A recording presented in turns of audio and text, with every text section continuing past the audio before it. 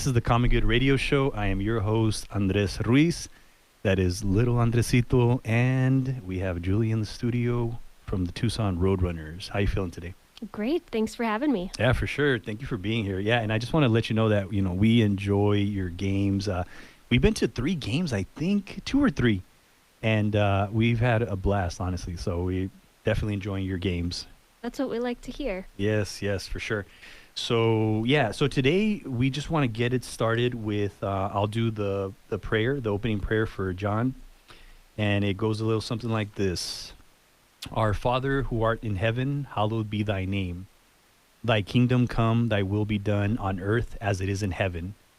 Give us this day our daily bread, and forgive us our trespasses, as we forgive those who trespass against us, and lead us not into temptation, but deliver us from evil. For thine is the kingdom, the power, and the glory forever and ever. Amen. There we go.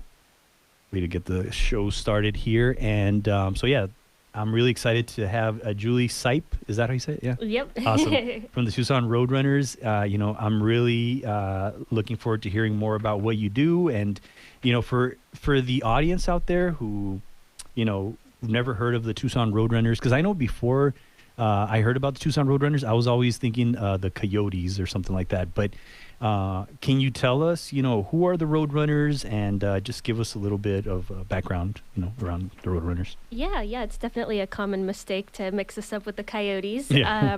So we are the American Hockey League affiliate for the Arizona Coyotes. So our team is just one step below the Coyotes. Our players often get sent up there when they're doing really well, or if they have an injury on the Coyotes, some of our guys get their chance to play in the NHL. We're a developmental league, so our whole purpose is building these players up, getting them to the point where they're ready to get to the NHL. So it's pretty cool to see and exciting when our players get to move up and get their big shot on the big stage up in Glendale with the Coyotes. Nice. And how has this experience been for you? Just to be able to be working with, a hockey team. How has that been for you? And what have you found? What's been the most exciting thing about, doing the work that you do? Yeah, I would say, it's really been an incredible experience from start to finish. I actually worked for the Coyotes for a couple of seasons prior to coming to Tucson with the Roadrunners. My claim to fame, I'm the first Roadrunners employee, so I was able to come down here and start the team and build up the fan base. And it's really been gratifying when you have that full packed stadium and see people fall in love with the sport of hockey. Because it's not a traditional hockey market here in Tucson, a lot of people are experiencing it for the first time. Yeah. And when they come up to us, at the end of the game and say what a wonderful time they had and they can't wait to come back, that's really my favorite part of the job. And especially the kids, when they have a great time at the game and they're pumped up about it and they're excited. It's a really great feeling. So I love being a part of that and being a part of professional sports in Tucson because, it's been a, bit of a rocky history in Tucson with the sports teams that have come and go. And, we're just happy to be here and happy with the support that we've been able to get from the city and love to keep building on that and bring more and more people out to the games. Nice. Yeah.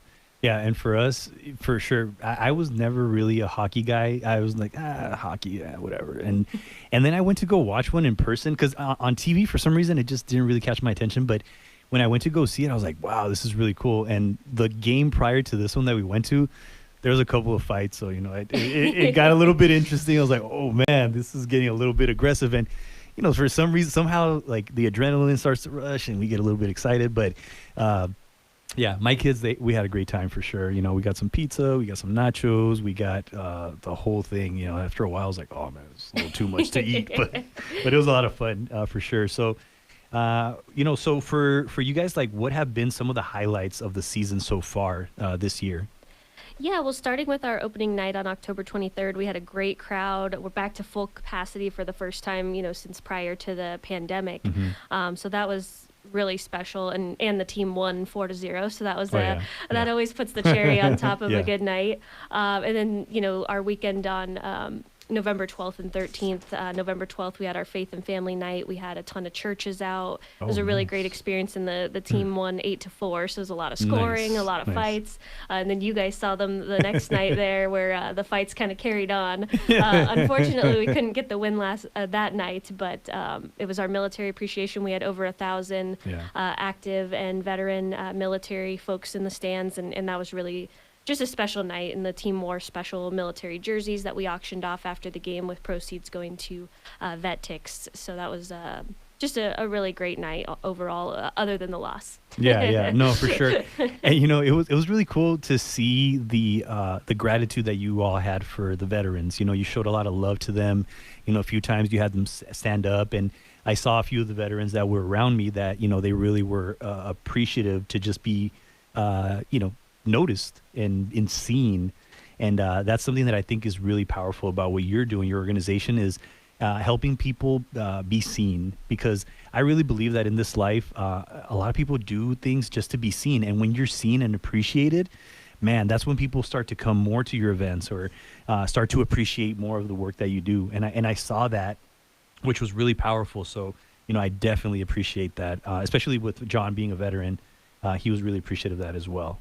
Yeah, it's fun with, nights like that where it's really not just, there's bigger things going on than just what happens on the ice, and that's how we try to identify with a lot more people in Tucson and get them out to their first games, with different themes and missions that attract people. We have Cancer Awareness Weekend in February, and, nice. and just some different causes that, can touch close to home without being just about the hockey. There's so many other things that go into it, and how you can relate to people here in Tucson. Not if they might not be a big hockey fan, but they might have active military in their family they want to come out and support, and then they end up having a great time at the game is the hope. Mm-hmm. So yeah, it's really fun when we can kind of bring in other aspects outside of what happens on the ice. Yeah, and that's awesome that you're doing awareness, in regards to cancer, because I personally had a relative, my grandmother. She passed away it was 11 years from breast cancer. And, just to remind us that, people are still struggling with that, and how can we support them? And you're doing just that, which is amazing. And then that way the community, whoever's listening, can hear about this and also help you guys out to help more people, because at the end of the day, it's community. That's what you're building with this, because it's bigger than just hockey. It's more than hockey, right? It's more about you're bringing community to the Tucson community. Exactly. And with, weekends like that, we like to partner with nonprofit organizations and do fundraising.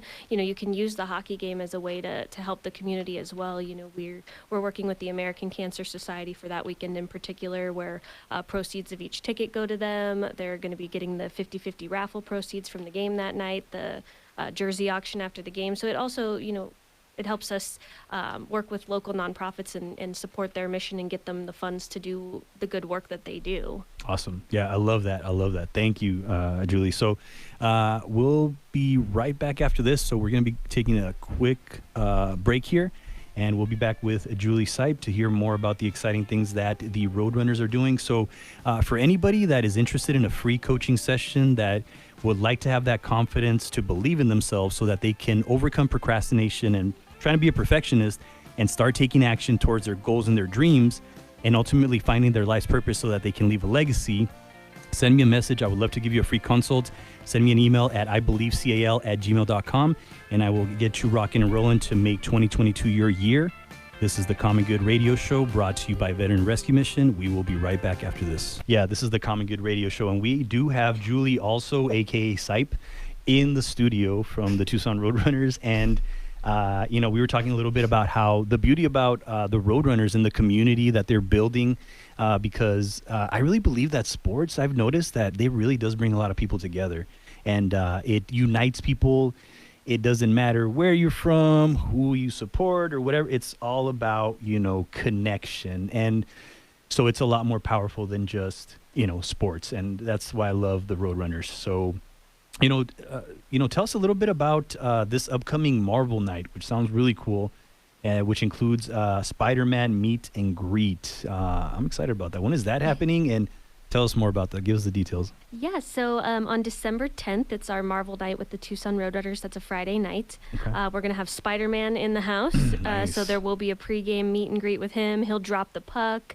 He'll have all kinds of fun, interactive experiences with the fans throughout the game. He's going to be visiting with some, local children's hospitals during the day while Oh, he's here as well. nice. So, That's so cool. kind of tying in some other community aspects like we talked about before, but then making it, a little bit bigger than just a hockey game. Again, continuing with what we were talking about, you add all kinds of different elements, and maybe someone's not a hockey fan, but they love Marvel and they love Spider-Man. They're going to come out and enjoy that aspect of it, and hopefully, fall in love with what happens on the ice too. But it should be a great night. We've had a lot of fun with that in the past. Dusty, our mascot, gets all involved and wears his superhero outfits and his capes, and he has a great time with it. And it usually is a crowd pleaser for the kids. So that's for a sure. fun night to be a part of. I can imagine it's probably not just the kids. I bet you some grown-ups probably get into it too. I mean, dude. I like Marvel, so Yeah, it's who a fun doesn't? night for Yeah. me too. I'm gonna get my picture with Spider-Man. Okay. So, and do you encourage people to dress up, or how does that work? Oh, Is it just absolutely. yeah? Do in the past have people dressed up and gone? Yeah, people get into it. Okay. They'll dress up as their favorite Marvel characters. We get the Hulk, we get Captain America, we get all kinds of characters that show up for it. So it should be a fun one. Nice. Which one was the most interesting that you saw out of the past few years that you've seen? Did anything interesting, or that really was like, whoa, that was pretty cool or extreme? I always think it's interesting when people dress up as one of the villains. Yeah. So yeah, we'll see if we have some villains in the house next time. So, and then also tell us about the teddy bear toss. Like, I guess the tickets include a teddy bear to toss on the ice, and later donated to Aviva Children's Services. I hope I said that right, but. Yes, you did. Teddy bear toss is a great American Hockey League tradition. A lot of teams do it, and it's a ton of fun. So when the Roadrunners score their first goal, everybody throws teddy bears onto the ice, and it's incredible. I mean, our season ticket holders get into it. They bring bears that are as big as me. Oh, really? They bring bags and bags of bears, and then it's great that they go to a good cause after the event. So especially around the holidays, get the toys out, the bears out to families that need them, and kind of bring a smile to their face during the holiday season. But it's one of the coolest things I've ever seen when people just start raining the bears down on the ice. Yeah. It takes 10 to 15 minutes to clean them all up and get them collected. But the players have a lot of fun with it. The fans do. It's really a great night, and that's I don't know if I already said it, but December 11th. So the next night right after Marvel, we've got that. Homestand against the Stockton Heat that we'll be playing December 10th and 11th, so you don't want to miss those games. Nice. So that's back to back, some good stuff right there. And it sounds like it's really cool to hear that the fans get excited to be able to give, because you know what, I've noticed that a lot of people they want to give, but for some reason they just don't. It's not that they don't know, it's that maybe they're a little bit like, I don't know how to do it, or maybe they're just a little shy to do it. But this is a way to just do it without having to feel shy, like without having to be seen or something like that, So it's, I don't know, because a lot of people are always saying, how can I help? How can I donate? And there's so many ways that we could do it, but for some reason, a lot of people don't do it. And, but then you're giving the opportunity for these people to serve without having to like really go out of their way or whatever it is. But, and then you're really helping a lot of people. How has that been for you to be able to experience this type of service where you're helping kids, and people who really are in need of these services because they probably don't have money, or maybe they don't have like the type of funds to get a teddy bear, which maybe for us it's like, it's just a teddy bear, but for somebody else it could be something much more than that.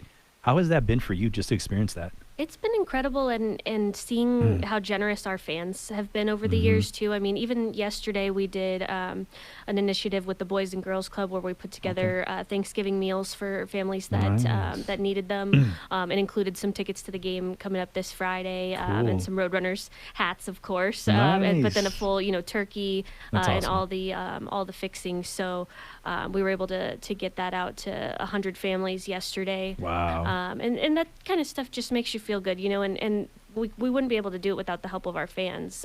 We were able to get donations from our season ticket holders and our corporate sponsors that helped us put together these packages for the families. So, we're really lucky that we have such generous fans and sponsors that help us out with these kind of initiatives, and are so excited to participate and, to your point, help out around the community and donating $100 to help us, a family in need for Thanksgiving has nothing to do with hockey. That's just someone being generous for the sake of being generous around the holiday season, and you just love to see that. We've been really lucky with a lot of the things that we've put together over the years that our fans participate in and donate to, and are just so generous. Even during the lockdown, we didn't have any games or anything. We were doing. We worked very closely with the community food bank, and did a ton of drive-through canned food drives. Nice. And every one of them, we'd fill up our entire. We have a Chevy Traverse that has the Roadrunner stickers and branding all over it, and every time we fill it to the brim.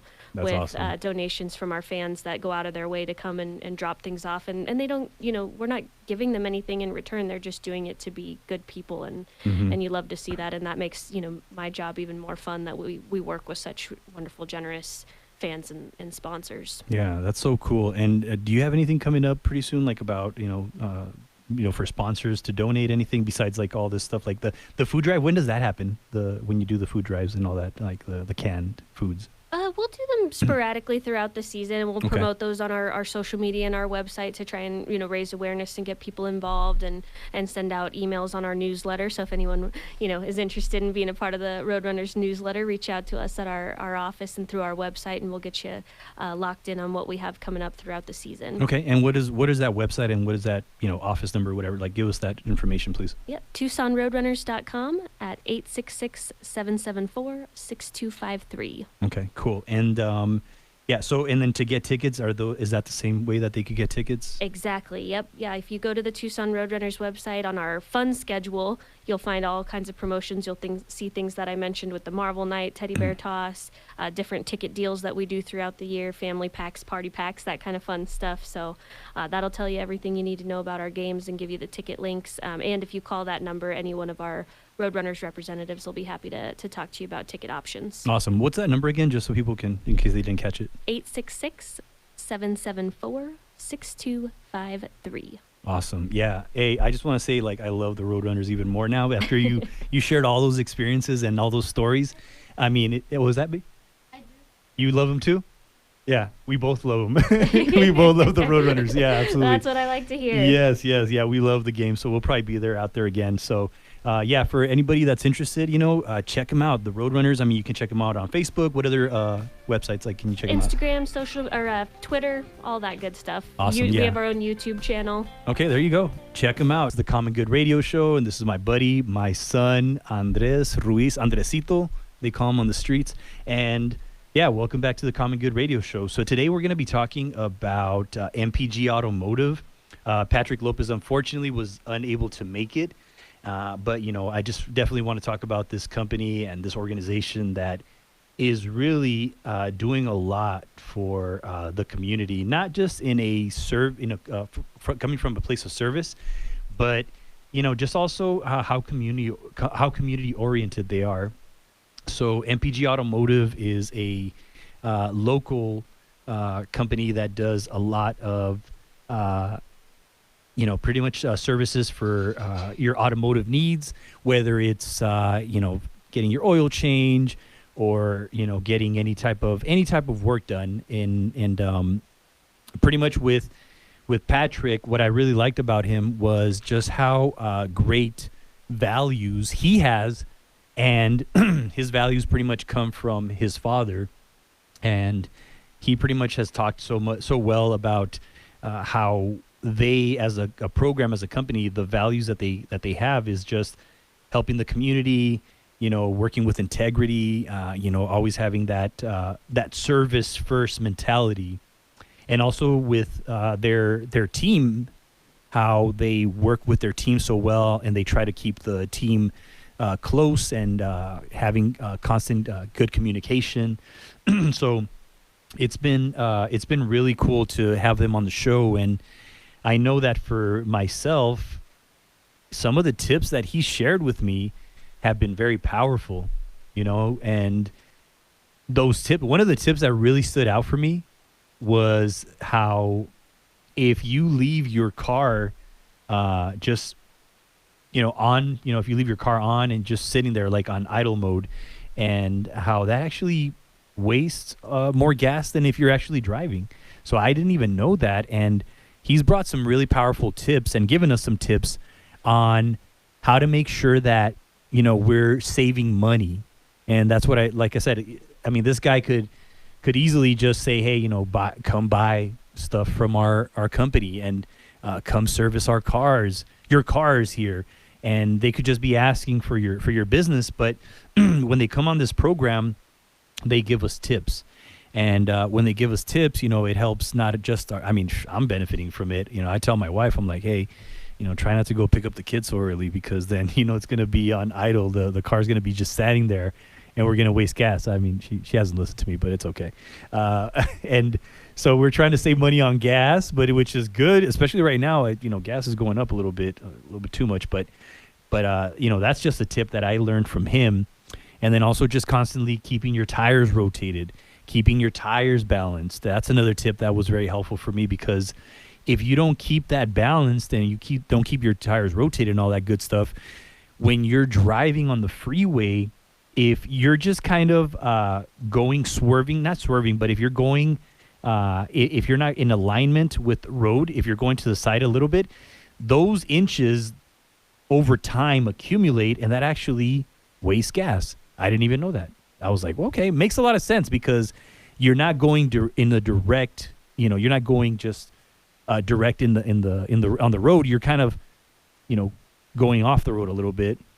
And so that makes a lot of sense that those inches eventually they add up. So those are a couple of things, a couple of tips that have been very helpful for me. And I also love their programs, how they help.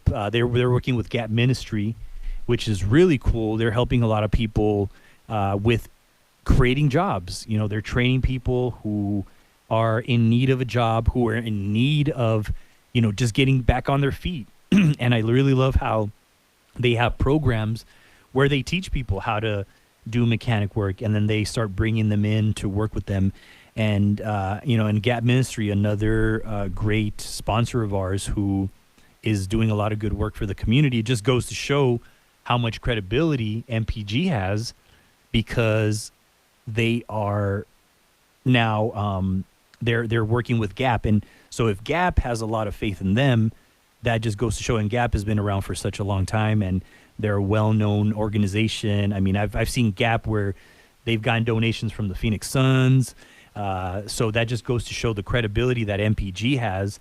And also again, going back to service, how service oriented they are to help other people, get back on their feet. And what they're really doing is they're helping the community. And when you're helping the community, you're helping people avoid from, going homeless, not having a job, having food on their table, which I think it reduces a lot of other things that could potentially be happening. Homelessness.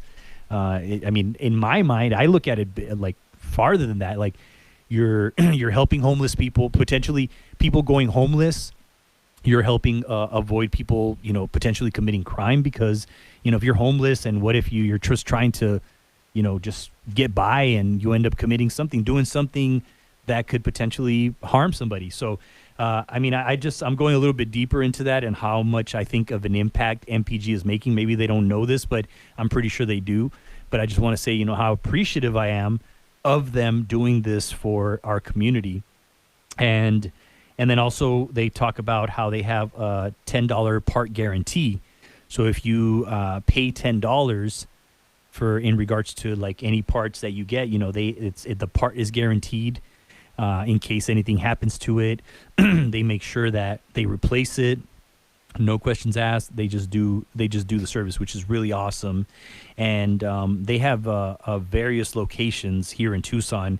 They have some on the north side. I've seen one on the south side, on the east side. I mean, they're everywhere. And they're always looking to serve our community, which is really awesome. And, I just want to say to Patrick, we really appreciate you, your father, and MPG Automotive for all the services that you are providing for our community, not only just in through mechanics, like, doing, taking care of the cars, but you're also taking care of the people. You're taking care of our people here in the community. And when you're taking care of the people in the community, you're taking care of everybody here. Like you're making sure that everybody is doing well. And we appreciate that. We appreciate you taking care of our cars.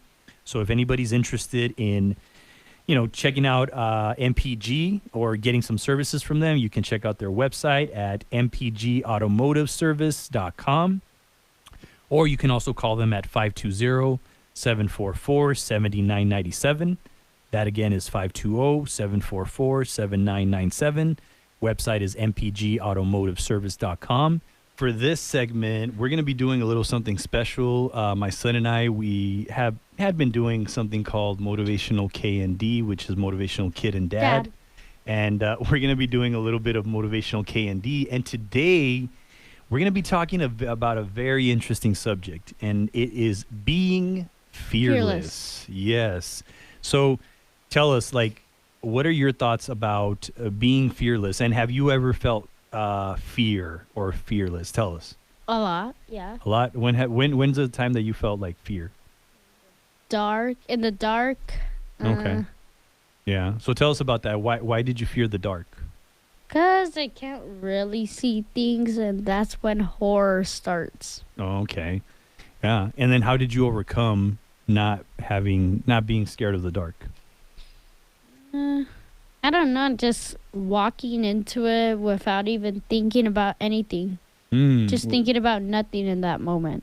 There you go. Yeah, thinking about nothing, because the more you think about fear, the bigger that the fear will become, right? Yeah. Yeah, because where focus goes, energy flows. Yeah, there you go. You remember that one? Yeah, so the more that we focus on the fear, the more that it will expand. The more the energy of fear will go. The more that the energy of fear will go. Yeah. So, if you're a person that is constantly living in fear, thinking about what's going to happen in the future, because I used to have fears about thinking about the future and worried about oh my God, is the world going to end? Or, That's me also. Yeah. See that? Yeah. So we fear that sometimes. We're like, oh my God, there's an earthquake. The world's going to end. So that I used to do that a lot, and that's called catastrophic thinking, because you're thinking so much into the future that you're not enjoying this very moment. Because maybe it could happen in the future as you're thinking about it, and you're not enjoying the seconds you have in this moment right now. Yep. You're not enjoying this moment because at the end of the day, this moment is all we have. The past is done. There's nothing that we can do from it but learn from it and grow from it. The future, we don't know what's going to happen, but we get to decide how we want to feel in this moment. And me personally, I want to feel grateful. I want to feel grateful for the listeners. I want to feel grateful for my son, Andresito. I want to feel grateful for Ray, who's listening to us, and helping us out. I'm grateful for him because, if it was not for him, then this radio show wouldn't be possible. We are a team. We're working together, and and gratitude is something that I think eliminates fear. And what do you think about gratitude? What do you think about being grateful? That it is great, especially since tomorrow is Thanksgiving. Yeah. So, what are you grateful for today? I am grateful for my body, being in this life, this world, and my family. Yeah. I'm grateful for my family too. Yeah, I'm grateful for, just being able to wake up and be like, wow, I'm alive. Like the other day, I saw a man with no legs and no arms, and I'm like, ooh, man, I got arms, I got legs. Sometimes we forget how blessed we are because how lucky we are. Yeah, because we focus so much on our fears that we don't take the time to see all the good going on in the world. And when we're not thinking about all the good that's going on in the world, then we're focusing on something negative, something that's going on. Like, for example, I used to scroll through the news a lot. I used to watch a lot of news, and I would be very scared about what was going on. And in that moment, when you have fear, your amygdala, which is a part of your brain, the part of the back of your brain, it's in fight, flight, or freeze mode. That's what they call it. So that means that your brain is reacting as if a wild tiger is chasing it, and you're just sitting down on your couch looking at something that scares you, but because you responded to it like, oh my God, am I going to die, or is something bad going to happen to me? Then in that moment, your part of your brain that is ready to fight, flight, or freeze is activated, and you're having a panic attack or anxiety, and that's something that I would deal with a lot, is just like being very, just scared all day, just to the point where I'd be sitting there and I'd just be sweating for no reason because of my thoughts. So your thoughts, they can make you scared, right? Like, what can your thoughts do for you, like to you? Your thoughts can go in there. Your thoughts can go into your brain, and they could stay in there for a long time. Mm-hmm. Because if you look at news, one thing can always go in an ear and out an ear, Mm-hmm. but sometimes when something important you feel like but scary happens, it goes in one ear and stays in your mind. Mm-hmm. Yeah, it stays in your mind, and when you get into your head, Your heart's you just don't feel comfortable. yeah, you start freaking out. Like a motivational speaker, Tony Robbins, says, you get into your head, you're dead, because your mind will play tricks on you, and it will start telling you negative things and start saying a lot of negative things that, could potentially happen, when really nothing is happening. It's just an illusion that you create in your mind that paralyzes you, and then you stay in a state of fear, which is suffering. So what we have to do is we have to redirect that thought and pour more of those positive thoughts. What are your thoughts? What do you think?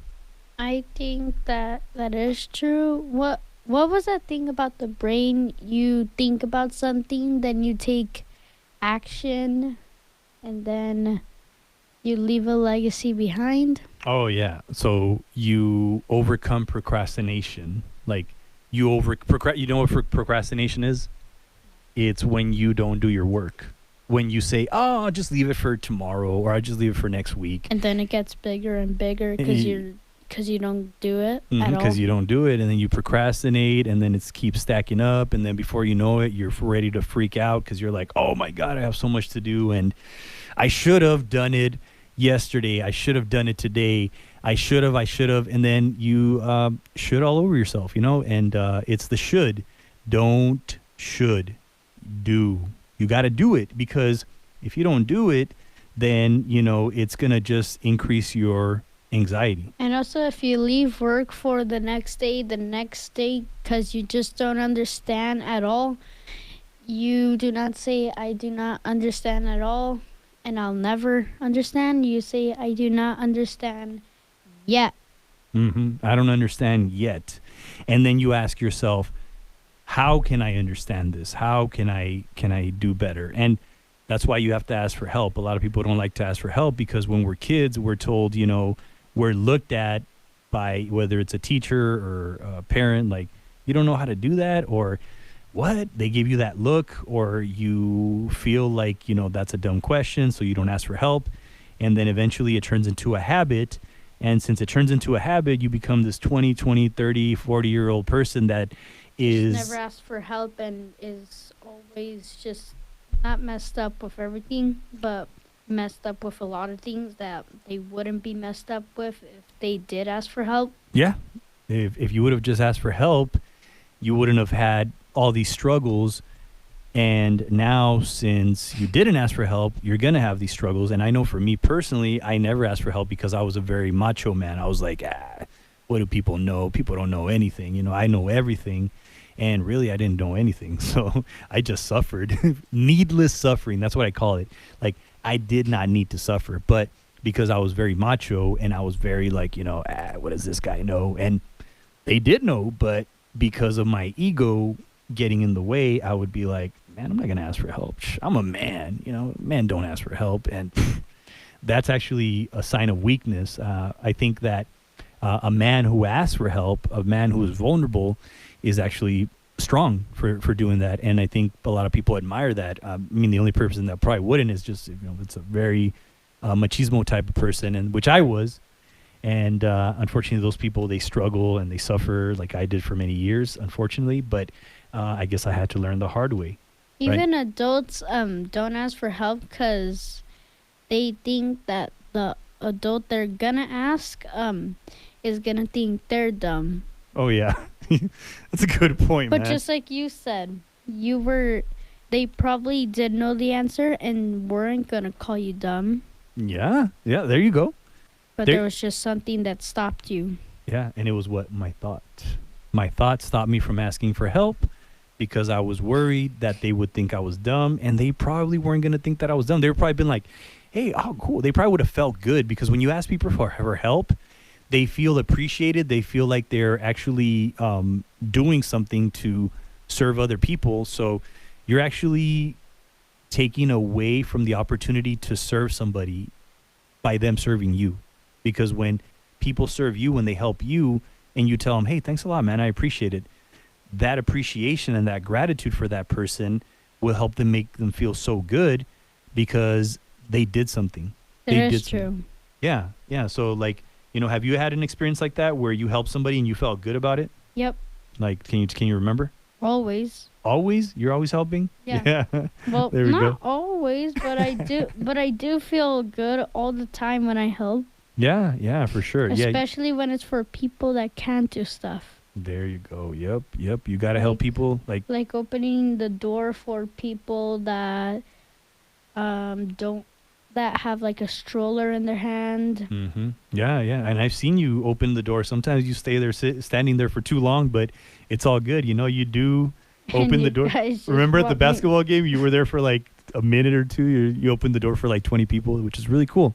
And I appreciate that. And that's why I love you, because you're such a kind man and you teach me a lot. For sure. You're remember Enrique, he said, these two guys are your greatest mentors and you're my greatest mentor. And that's why I love you, man. Bob and Willie. Oh yeah, Bob and Wiley. Yeah, we miss you, Enrique, and we love you, man. Rest in peace, brother. And you're still with us in spirit. And yeah, we will always miss you, brother.